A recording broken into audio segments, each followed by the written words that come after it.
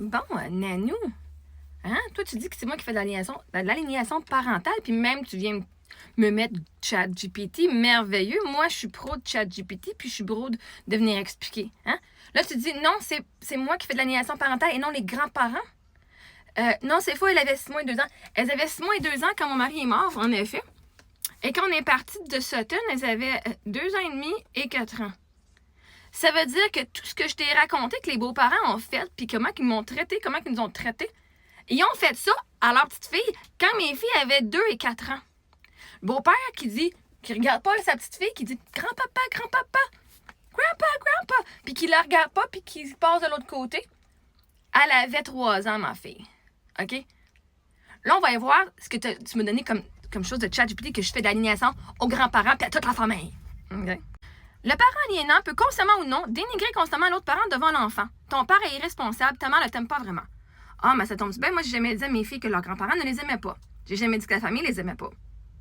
J'ai dit qu'ils ne nous ont pas invités, ce qui est des faits, mais j'ai jamais dit à mes enfants qu'ils n'étaient pas aimés. Ça, je leur ai jamais dit. Je leur ai même dit, même je leur montre encore des vidéos, des photos qui disent « Regarde, tes grands-parents étaient toujours là. Ils étaient très souvent là. Okay? » Je ne fais pas ça. Inventer ou exagérer des fautes. Ah, mais t'es qui pour dire que j'invente ou que j'exagère des fautes? T'étais même pas là. Moi, je te raconte ce que j'ai vécu. Il n'y a rien d'inventé là-dedans.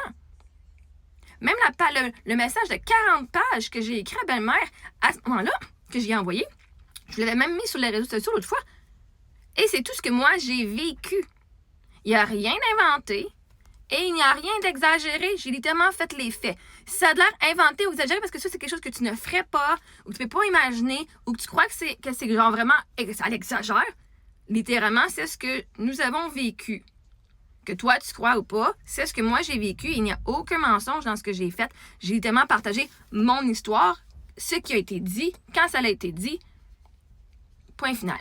Si toi, tu trouves que c'est exagéré, ça montre justement à quel point que ce qui a été fait était vraiment pas correct. Limiter les contacts ou empêcher les visites. Ouais, et si tu as écouté, ou est-ce que mes enfants n'étaient pas en sécurité physiquement, ou est-ce que même moi, je n'étais pas en sécurité physiquement, toi, si tu laisses tes enfants aller avec des gens qui ne sont pas en sécurité physiquement ou émotionnellement, si tu les laisses tes enfants avec des gens, tu es la personne qui n'est pas sécuritaire pour tes enfants. Tu les laisses aller dans les dangers en sachant que la personne n'est pas sécuritaire pour eux. Et là, tu viens de dire c'est de l'aliénation. Moi, je te dis, ça, c'est con si tu les laisses aller en sachant que cette personne-là peut être violente, qu'elle a été violente, ou qu'elle peut venir faire du gaslighting, de la violence psychologique, de la manipulation, et toi, ton plein gré, tu donnes tes enfants à ce monde-là.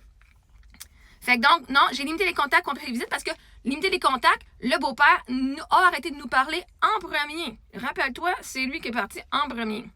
Et après ça, à force de venir me faire rabaisser par la belle-mère et de me faire invalider et qu'elle invalidait les émotions de mes enfants, j'ai dit non, ce n'est pas un endroit, c'est une personne sécuritaire que je veux dans notre entourage. Donc oui, j'ai limité les contacts et empêché. Mais j'ai pas rien empêché, j'ai juste dit merci, non, on s'en va. J'ai limité les contacts. Avant, si tu gardais, j'ai commencé à avoir une gardienne. OK? Donc oui, limiter quand que ton enfant ou quand il y a de la violence psychologique, émotionnelle ou whatever, c'est important. C'est pas de l'aliénation. C'est genre être un bon parent responsable. Faire sentir à l'enfant qu'aimer l'autre parent serait une trahison. Ben, c'est drôle. L'autre parent, il est mort. C'est pas un problème. Moi, elles ont le droit de l'aimer. Je leur montre plein de photos. Et, fait vois-tu, là, moi, mon mari, j'ai pas de problème d'aliénation parentale parce que le parent, il est fucking mort. Il est mort, c'est lui qui est pas là. C'est lui qui vient pas. Puis moi, je dis pas à mes filles de pas l'aimer leur père. Moi, les filles, elles savent que je l'aime leur père. Elles savent qu'elles l'aiment. On a toutes les affaires qui prouvent pour nous qu'on s'aime encore. Fait que toi, c'est ta perspective. Manipuler les souvenirs ou raconter de fausses histoires.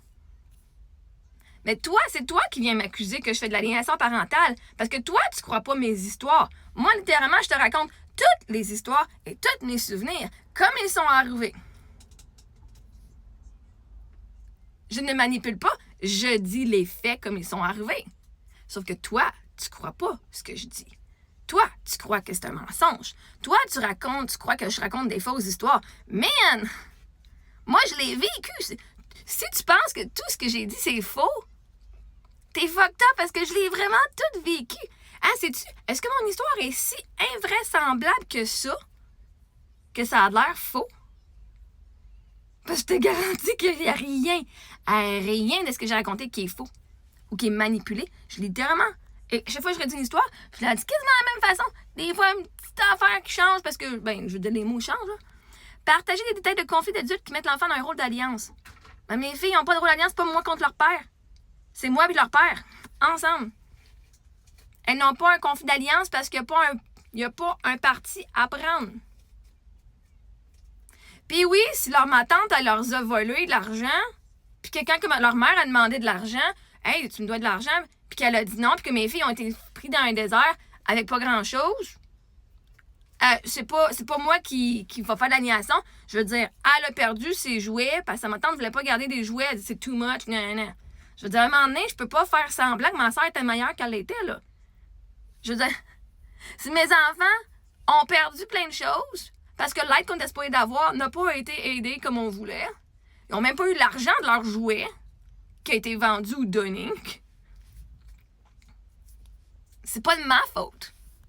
Fait je les mets pas, je partage les détails de ce qui est arrivé.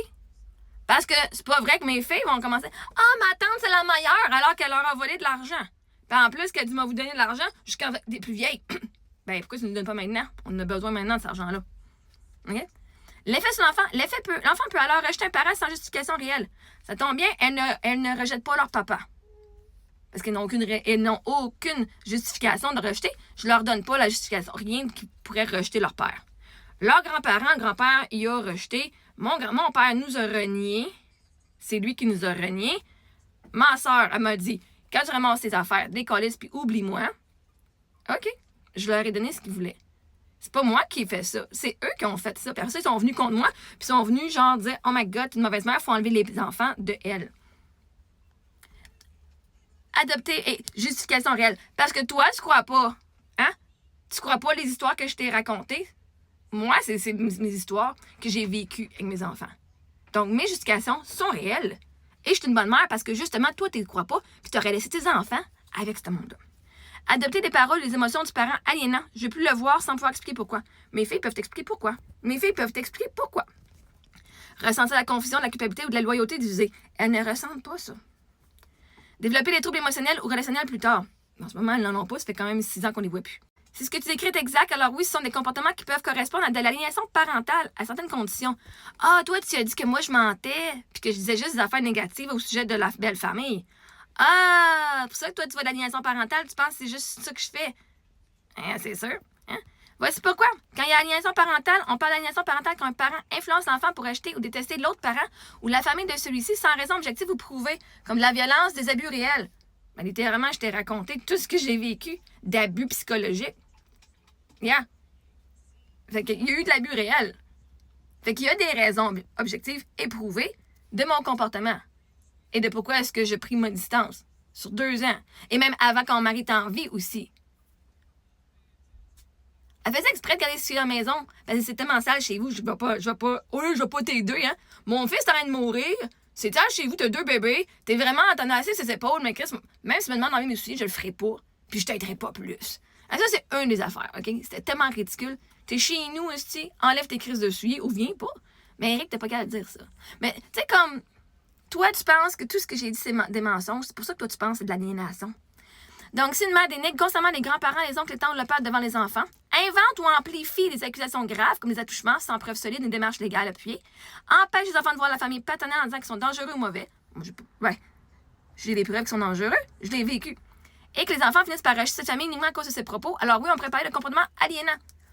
Mais il faut que ce soit des fausses actions. Il faut que ce soit des fausses histoires. Et je nique pas mes enfants parce que tu l'entends pas. Moi, mes enfants, quand on regarde nos photos, elles savent que leurs grands-parents étaient là pour elles à ce moment-là. Okay? C'est ça qui me fait plus chier.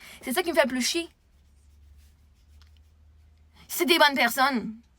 Mais là, le deuil, ça pète aux frettes, right? On a toutes nos affaires. Fait mes filles sont faites aliénées, elles sont faites rejetées par leur propre famille. Pas moi qui ai dit bye-bye en premier. Moi, j'ai finalement compris le message, puis je suis partie quand le monde m'a dit on veut plus t'avoir. OK? Fait la prochaine fois, là, tu devrais savoir toute l'histoire, ou au moins croire ce que je dis, parce que la seule raison que tu penses c'est de l'aliénation, c'est parce que tu crois pas rien de ce que je dis.